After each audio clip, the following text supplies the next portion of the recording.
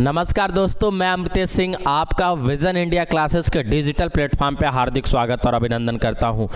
तो जैसा कि हम लोगों ने अपने पिछले लेक्चर में eigen value and eigen vector की बात कर रखा था, ठीक।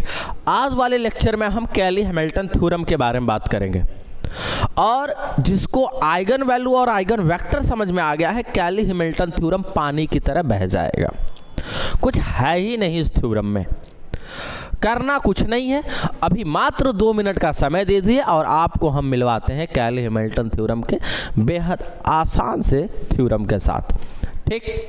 तो भाई चलिए स्टार्ट करते हैं। आई होप आप लोग की तैयारी अच्छी चल रही होगी और विजन डेजी पर जुड़ करके आप लोग को एक अनंत खुशी का अनुभव हो रहा होगा। और साथ ही साथ हम आपको ये भरोसा दिलाते हैं कि अगर आप हमारे हर एक लेक्चर को देख रहे हैं और साथ साथ उन सारे क्वेश्चन को सॉल्व कर रहे हैं जो हम आपको सजेस्ट कर रहे हैं, तो आप बेहद ही बेफिक्र रहिए, आपका सिलेक्शन होगा। उस सिलेक्शन को ना कोई रोका है और ना कोई रोक पाएगा, ठीक। तो कैली हैमिल्टन थ्योरम क्या कहता है? Every square matrix non singular मतलब determinant of that matrix does not equal to 0, ठीक। तो every square matrix non singular satisfy its own characteristics equation, अपने ही कैरेक्टरिस्टिक्स इक्वेशन को क्या करता है? सेटिस्फाई करता है। मतलब let A be the square matrix, let A be the square matrix of 3 cross 3 order, then characteristics equation of that matrix will be minus, ये तो पता ही है, eigenvalue and eigenvector सब पढ़ाया गया, equal to 0। Given matrix must be satisfy the above characteristics equation, that is इसके बराबर कितना आ जाएगा? 0 आ जाएगा। बात समझ में आ गई? मतलब सिंपल सा, ये चीज़ें तब समझ में आएंगी ज़्यादा बेहतर जब हम इस पे कराएंगे न्यूमेरिकल, तब जब इस पे कराया जाएगा क्वेश्चन तब ये और ज़्यादा क्लियर होगा। एक डेफिनेशन के पॉइंट ऑफ व्यू से हम देख लेते हैं कि 3 क्रॉस 3 ऑर्डर का अपने पास कोई मैट्रिक्स है जो कि अपने ही कैरेक्टरिस्टिक्स इक्वेशन को क्या करेगा? सेटिस्फाई करेगा, ठीक है। तो एक अपने पास क्वेश्चन क्या कह रहा है, जैसे ये अपने पास एक मैट्रिक्स दिया हुआ है और इस मैट्रिक्स को हमको वेरीफाई करना है कैली हैमिल्टन थ्योरम और साथ साथ ए इनवर्स फाइंड करना है। देखिए एक ज्ञान की बात बताते हैं, जो ये अपना कैली हैमिल्टन थ्योरम होता है ये इनवर्स ऑफ मैट्रिक्स फाइंड करने में बड़ा हेल्पफुल होता है। और जब हम कैली हैमिल्टन थ्योरम से मैट्रिक्स को वेरीफाई कर लिए तो इनवर्स फाइंड करना बेहद आसान हो जाता है। साथ ही साथ हम आपको न्यूमेरिकल लगाते वक्त ये सारी चीज़ें भी बताएंगे कि जैसे मान लीजिए इसका तो हम कैरेक्टरिस्टिक्स ऑफ इक्वेशन निकालेंगे। अब कैरेक्टरिस्टिक्स ऑफ इक्वेशन अपने आप में ही एक बड़ा कैलकुलेशन होता है, ठीक है। तो जब भी हम कहीं कैलकुलेशन करेंगे तो कैलकुलेशन में चेक पॉइंट का लगाना बहुत ज़रूरी होता है, क्योंकि जीवन में जब तक चेक पॉइंट नहीं लगाइएगा तब तक हम बीच बीच में ये कैसे पता करते रहेंगे कि हम सही वे में जा रहे हैं कि नहीं। जब बंदा तैयारी कर रहा होता है तो वो क्या करता है, बंदा तैयारी कर रहा होता है तो सिलेक्शन उसी का होता है जो बीच बीच में मॉक टेस्ट देता है, टेस्ट देता है। तो ये जो टेस्ट होते हैं, मॉक टेस्ट होते हैं, ये वही चेक पॉइंट लाइफ के सक्सेसफुल होने के होते हैं, ताकि हमें ये पता लग जाए कि हमारी तैयारी कहाँ तक है, हमारी तैयारी सही वे में हो रही है कि नहीं हो रही है। कहीं रास्ते में आप जाइए, बीच बीच में चेक पॉइंट लगे रहते हैं। चेक पॉइंट ये बताता है, जैसे मान लीजिए आप कहीं जा रहे हैं बनारस, तो वहाँ लिखा है बनारस यहाँ से 25 किलोमीटर दूर है। कुछ 5 किलोमीटर आगे गए तो फिर लिखा 20 किलोमीटर दूर है, सीधे चलें आप। तो इससे आपको क्या पता चल रहा है कि आप सही रूट लिए हैं और बनारस पहुँच जाएंगे, ठीक है, वाराणसी पहुँच जाएंगे।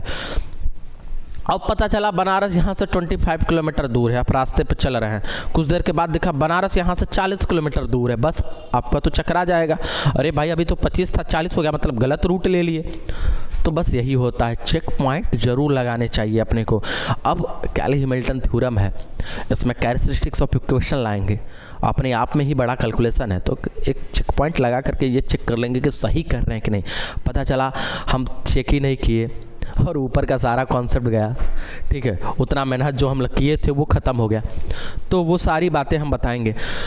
तो सबसे पहले इस मैट्रिक्स का हमको क्या लिखना होगा? Characteristics equation. Characteristic equation eigen value और आइगन वेक्टर वाले चैप्टर में हम बहुत अच्छे से समझा रखे हैं, आप पिछला वीडियो जा करके देख सकते हैं, ठीक है। तो कैरेक्टरिस्टिक इक्वेशन कैसे लिखा जाता है? कुछ नहीं, मैट्रिक्स लीजिए, आइडेंटिटी मैट्रिक्स से लैम्डा मल्टीप्लाई कर दीजिए, डिटर्मिनेंट कर दीजिए, 0 के बराबर कर दीजिए, that is the characteristic equation. खत्म का। अब इसी कैरेक्टरिस्टिक इक्वेशन को ये मैट्रिक्स क्या करने वाला, सेटिस्फाई करने वाला है। तो हम डायरेक्ट इसका कैरेक्टरिस्टिक इक्वेशन लिख लेते हैं और आप आइगन वैल्यू और आइगन वेक्टर वाले लेक्चर में जाकर के सीख करके निकाल सकते हैं, और जो सीख लिए हैं वो भी मेरी तरह डायरेक्ट लिख सकते हैं। ठीक है, तो ये हो जाएगा माइनस का lambda cube plus 5 lambda square minus 7 lambda plus 3 equal to a minus lambda I, और ये हम किसके बराबर कर देंगे, 0 के बराबर कर देंगे। ठीक, अच्छा एक बात और ध्यान से, अब यहीं पर हमको चेक पॉइंट लगाना है कि ये जब हम कैरेक्टरिस्टिक इक्वेशन लिखे हैं ये सही है, करेक्ट है कि नहीं, करेक्ट है कि इनकरेक्ट है। कैसे पता करेंगे, तो जो डायगोनल ऑफ मैट्रिक्स होता है, ये जो डायगोनल ऑफ मैट्रिक्स आप देख रहे हैं, ये मैट्रिक्स का जो डायगोनल होता है, इन डायगोनल का जो सम होता है, ये सम लैम्डा स्क्वायर के कोफिशिएंट के बराबर होता है। मतलब sum of diagonal of A is equal to coefficient of lambda square. तो सम करेंगे तो यहाँ से अपने को कितना मिला, 5। तो ये लैम्डा स्क्वायर का कोफिशिएंट कितना है, 5। मतलब हमने कहीं ना कहीं सही कर रखा। अब अकॉर्डिंग टू वेरीफाई करते हैं, according to by Cayley Hamilton theorem change करिए, ये हो जाएगा माइनस का a cube plus 5 lambda square minus 7a plus 3 equal to 0। Minus से मल्टीप्लाई करने पर ये कितना हो जाएगा, माइनस से जब मल्टीप्लाई कर देंगे तो ये हो जाएगा a cube minus 5 lambda square plus 7a minus 3 equal to 0। अब अपने को क्या ज़रूरत है, अब अपने को ज़रूरत है a क्यूब निकालने की और ए स्क्वायर निकालने की। तो ये आप बेहद आसान भाषा में निकाल सकते हैं, टाइम ज़्यादा हम नहीं लगाते हैं। जैसे आपको ए स्क्वायर निकालना है तो ए डॉट ए कर दीजिए, सिंपल सी बात है। ये तो आप सीख रखे, 12th लेवल की बात होती है। क्या करना है, कुछ नहीं, 2 1 1 और फिर 0 1 0 1 1 2 को मल्टीप्लाई कर दीजिए, किससे, 2 1 1 0 1 0 1 1 2 से आ जाएगा। ठीक है, तो आप लोग इसे कर लीजिएगा पूरा, मुझे ये चीज़ें पता है तो मैं लिख लेता हूँ डायरेक्ट। ये आ जाएगा 5 4 4 0 1 0 4 4 5। ये आ जाएगा 14 13 13 0 1 0 13 13 14। अब ये a क्यूब और a स्क्वायर आ गया।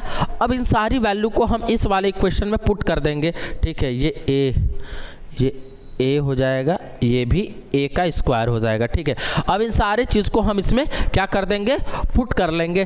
तो हम a cube minus 5a square plus 7a minus 3 equal to 0 में ला करके जब पुट करेंगे तो ये हमारा कुछ ऐसे बन जाएगा। देखिए ध्यान से, ये कितना आ जाएगा, कुछ नहीं करना है, पुट करिए।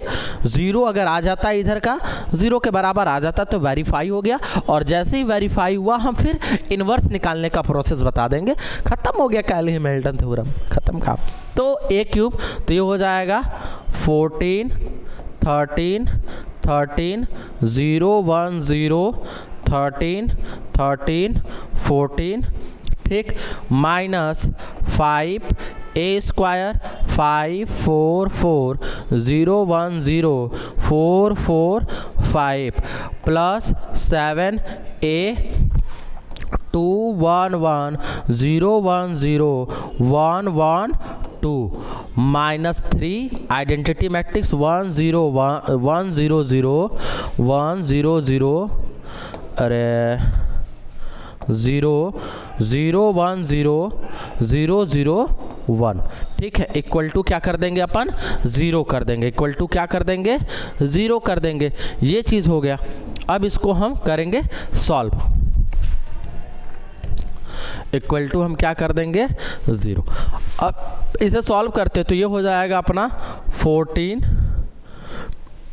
ये हो जाएगा माइनस का 25, फिर इधर हो जाएगा प्लस का 14 और माइनस का 3, फिर दूसरे नंबर पर हो जाएगा 13, फिर हो जाएगा माइनस का 20, फिर हो जाएगा प्लस का 7, माइनस का 0। फिर तीसरे नंबर पर हो जाएगा 13 माइनस का 20 प्लस का 7 माइनस का 0। ठीक है, फिर यहाँ पर हो जाएगा सेम 0, फिर यहाँ हो जाएगा 0, फिर ये हो जाएगा 0, फिर ये हो जाएगा 0, फिर वो हो जाएगा 0। ठीक है, सेम चीज़ यहाँ पर कितना हो जाएगा 1, ये हो जाएगा माइनस का 5, ये हो जाएगा प्लस का 7, ये हो जाएगा माइनस का 3, फिर यहाँ पर क्या हो जाएगा 0। ठीक है, फिर ये भी आप करेंगे 0 0 0, ये सब कट करके क्या आ जा रहे हैं 0। मतलब हमें मिला क्या, हमें मिला 0 0 0 0 0 0 0 0 0, और ये हो गया well satisfy characteristic equation a minus lambda I का डिटर्मिनेंट 0 के बराबर आ गया। मतलब ये सेटिस्फाई हो गया, कैली हैमिल्टन थ्योरम यहाँ पर होल्ड कर गया। अब हम निकालेंगे इसका इन्वर्स। तो जो हमने कैरेक्टरिस्टिक इक्वेशन लिखा है अब उसका हम निकालेंगे इन्वर्स। तो कैरेक्टरिस्टिक इक्वेशन अपने पास क्या था, a cube minus 5 lambda square plus 7 lambda minus 3 identity के साथ रहता है, ये तो सबको पता है, इक्वल टू 0। अब इसका हमको क्या निकालना है, अब इसका हमको निकालना है इन्वर्स। ठीक, तो कुछ नहीं करेंगे, a इन्वर्स से मल्टीप्लाई कर दीजिए। तो a इन्वर्स से मल्टीप्लाई कर देते हैं तो ये हो जाएगा a क्यूब माइनस 5 फिर लैम्डा क्यों आ जा रहा है, a रहना चाहिए, इतनी ब्लंडर मिस्टेक हमसे कैसे हो जाती है। तो ये हो जाएगा अपना कितना, ये हो जाएगा a क्यूब, ठीक, a cube minus 5a square plus 7a minus 3i equal to 0। a inverse से करिए मल्टीप्लाई, तो a cube minus 5a square plus 7a minus 3i equal to 0। तो अब तो ये हो जाएगा a square minus 5a plus 7 minus 3a inverse equal to 0। तो उसको उधर भेज दीजिए, तो 3a inverse equal to a square minus 5a plus का 7। तो a इन्वर्स इक्वल टू 1/3 आ गया ब्रैकेट में, a square minus 5a plus का 7। कुछ नहीं करना है, a स्क्वायर की वैल्यू अपने को पता है। ठीक है, a स्क्वायर की वैल्यू यहाँ पर अपने को क्या है पता है, और a की भी वैल्यू पता है, a इन्वर्स निकालना है। कुछ नहीं करेंगे, अपन डायरेक्ट लाएंगे a इन्वर्स इक्वल टू 1/3 और यहाँ पे पुट कर देंगे, क्या पुट कर देंगे, a स्क्वायर हमने कितना निकाला था, तो हमारे पास a स्क्वायर था 5 4 4 0 1 0 4 4 5। ये अपने पास क्या था a स्क्वायर, ठीक है, ये अपने पास क्या था a स्क्वायर था, ठीक, ये a स्क्वायर था माइनस 5, a कितना है 2 1 1 0 1 0 1 1 2, ये 5 है प्लस का 7। अब इसी को हमको क्या करना है, सॉल्व कर देना है। तो अपना जो a इन्वर्स आएगा वो a इन्वर्स कितना आ जाएगा, तो वो जो a इन्वर्स आएगा वो आ जाएगा, ध्यान दीजिए 1/3, अंदर वाला सब कर लेते, ये हो जाएगा 5 माइनस 10। ठीक है, और ये तो आइडेंटिटी मैट्रिक्स के साथ लग जाएगा, तो ये 1 0 0 0 1 0 0 0 1। ठीक, तो ये आ जाएगा कितना प्लस का 7। फिर दूसरे वाले नंबर वाला कर लेंगे, तो दूसरा वाला नंबर कितना आ जाएगा, वो हमारा आ जाएगा 4 माइनस का 5 प्लस का 0। तीसरा वाला नंबर 4 माइनस का 5 प्लस का 0। ये वाला कितना आ जाएगा 0 माइनस का 0 प्लस का 0, 1 माइनस का 5 प्लस का 7। फिर तीसरा 0 माइनस का 0 प्लस का 0। देन आफ्टर दिस 4 माइनस का 5, फिर ये प्लस का 0, फिर 4 माइनस का 5 प्लस का 0, फिर 5 माइनस का 10 प्लस का 7। ये चीज़ आ जाएगा। तो यहाँ से हमारा आया क्या, यहाँ से अब हमारा आ गया a इन्वर्स इक्वल टू 1/3, इधर क्या मिला 5 मतलब यहाँ से 5 और 2, तो ये बन गया हमारे पास 2, यहाँ से मिला -1, यहाँ से मिला -1, यहाँ से 0, यहाँ से मिल जाएगा हमारे पास कितना 5 है, 7 1 8, तो यहाँ से 3 और यहाँ से मिला 0, यहाँ से अपने पास क्या मिला, ये मिला -1, ये मिला -1 और यहाँ से कितना मिल जाएगा 2, तो ये मिल गया 2। अब 1/, कर दीजिए 3, तो आ गया अपना ये इन्वर्स आ जाएगा। ठीक, तो ये हो गया अपना आंसर। तो कैली-हैमिल्टन थ्योरम सीखने के बाद जैसे ही कैली-हैमिल्टन थ्योरम हमारा कैरेक्टरिस्टिक इक्वेशन को किया सेटिस्फाई, निकाल देंगे अपन तुरंत ए का इन्वर्स। ठीक है, तो ये रहा कॉन्सेप्ट आपके साथ जो कि हमने क्वेश्चन करके बताया है। इसको थोड़ा सा कर लिया जाए छोटा, ये मैक्सिमम छोटा है और चीज़ें शुरू हुई थी कहाँ से, यहाँ से हुई थी। ये था अपना क्वेश्चन। ठीक, ये था अपना क्वेश्चन और हमने इसको किया था सॉल्व, ये चीज़ें। ठीक, ये चीज़ें थी, फिर ये इधर सॉल्व हुआ, मतलब बेहद आसान सा कॉन्सेप्ट है। ठीक, तो कैली-हैमिल्टन थ्योरम अपना जो टॉपिक रहा वो कंप्लीट हो गया। आगे वाली जो सीरीज़ आएगी, मतलब अगले लेक्चर में हम मिलते हैं और आई होप अगले लेक्चर में हम जितने भी अभी तक टॉपिक हुए हैं अब उसमें क्वेश्चन कराने की कोशिश करेंगे। ठीक, और साथ ही साथ आपको क्वेश्चन भेजते भी रहेंगे। तब तक बने रहिए विजन डीजी चैनल के साथ। मिलते हैं अगले लेक्चर में, तब के लिए जय हिंद।